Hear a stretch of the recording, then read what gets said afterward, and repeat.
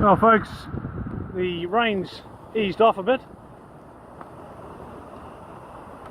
Down on Fitzherbert Street, Hokitika, water levels have dropped. They've dropped here quite a bit. The exit sign over there's appeared.